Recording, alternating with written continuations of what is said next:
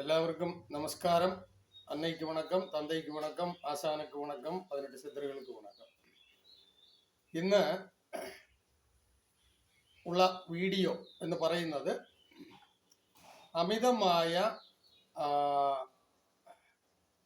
Dysentery, അതായത് ഇപ്പോൾ തണുപ്പ് കാലാവസ്ഥ മാറിമറിഞ്ഞു വരുന്ന ഒരു കാലഘട്ടമാണ്.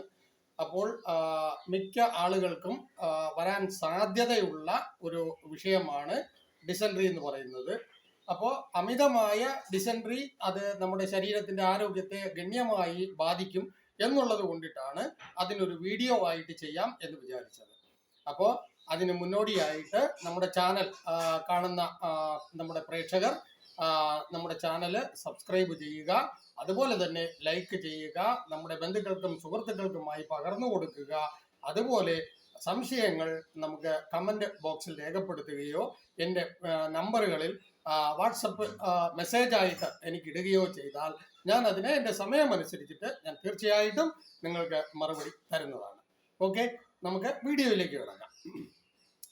അമിതമായി ഒരു ദിവസം മാക്സിമം ഒരാള് മലവിസർജനം നടത്താനായിട്ട് കണക്കാക്കപ്പെട്ടിട്ടുള്ളത് ഒരു 4-5 പ്രാവശ്യമാണ്.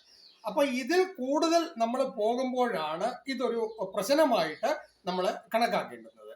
അപ്പോൾ ഇതെന്താണ് സംഭവിക്കുന്നതെന്ന് പറഞ്ഞു കഴിഞ്ഞാൽ, അമിതമായ ഈ മലവിസർജനം നടക്കുമ്പോൾ നമ്മുടെ ശരീരത്തിലെ ജലാംശം വറ്റുന്നു. അപ്പോൾ ജലാംശം പറ്റുമ്പോൾ സ്വാഭാവികമായിട്ടും നമ്മളുടെ ദഹന പ്രക്രിയ മര്യാദയ്ക്കുള്ള രീതിയിൽ നടക്കാതെ വരുന്നു.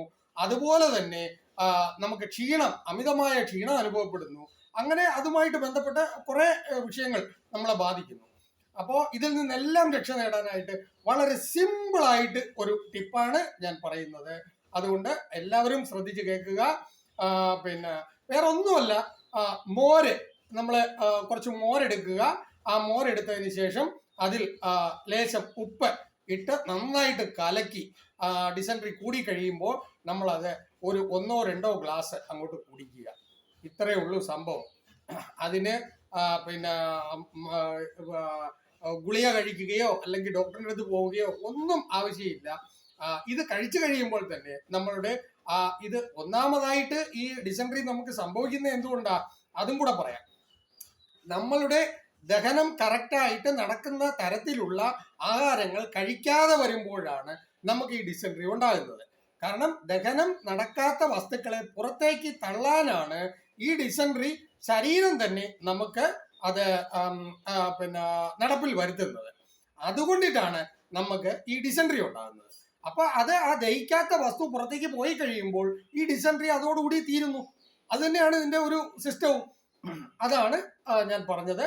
അപ്പോൾ ഇതിന് എത്ര വലിയ സംഭവം നടന്നാലും നിങ്ങൾ ഒന്നും ചെയ്യണ്ട. ഈ കുറച്ച് മോരിനകത്ത് കുറച്ച് ലേശം ഉപ്പ് കലക്കിയിട്ട് അത് എടുത്ത് 1-2 ഗ്ലാസ് അങ്ങ് കുടിക്കുക. അതോടുകൂടി ഡിസെൻട്രി അവിടെ വെച്ച് നിൽക്കുകയും ചെയ്യും, ക്ഷീണവും മാറും, നമ്മുടെ ദഹന പ്രക്രിയ കറക്റ്റായിട്ട് പോവുകയും ചെയ്യും. Okay, thank you. എല്ലാവരും നമ്മുടെ ചാനൽ സബ്സ്ക്രൈബ് ചെയ്യുക, നമ്മുടെ സുഹൃത്തുക്കൾക്കും ബന്ധുക്കൾക്കുമായി ഇത് പകർന്നു കൊടുക്കുക. അതുപോലെ തന്നെ ലൈക്ക് ചെയ്യുക. സംശയങ്ങൾ കമന്റ് ബോക്സിൽ രേഖപ്പെടുത്തുകയോ എനിക്ക് പേഴ്സണലായിട്ട് മെസ്സേജ് ആയിട്ട് അയക്കുകയോ ചെയ്യുക. Okay, thank you.